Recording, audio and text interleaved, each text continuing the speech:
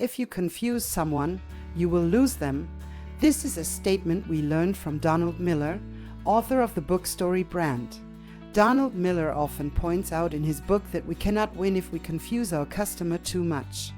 In the business world, people often confuse other people and lose them to a competitor. This is an example of a process called cognitive dissonance, and it can be dangerous for any company. To avoid this, you need a clear plan with well-defined steps. Concrete instructions for executing a plan are necessary to ensure success, especially in cases where the plan is complicated and there are many steps involved. To avoid confusion and errors, it is important to use precise language and establish a clear, concise plan with clearly defined steps. Nobody wants a plan with 457 steps. If you have watched the first video in this series, you will see that we have 9 steps to reach our goal. The concept behind this is easy to understand, and it is clear in which order the steps have to be carried out. If you are able to take your clients by the hand with such a step-by-step system and show them how to get out of a situation that is currently unsatisfactory for them and closer to their desired goal, then it is relatively likely after the first steps for some of these clients to want to go the rest of the way with you. In fact, we believe in the statement that nothing can replace self-made experiences.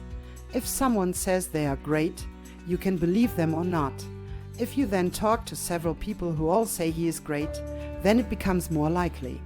If, however, you have come to the idea that you believe that he is great on the basis of your own experience with this person, then no one can talk you out of this self-confidence. This is exactly what you can achieve with a step-by-step system. Basically, there are 3 simple ways to create a desire to buy. You can help people save time, money or effort. By using a simple step-by-step system and talking about the things that work particularly well or not at all, you can easily achieve this goal.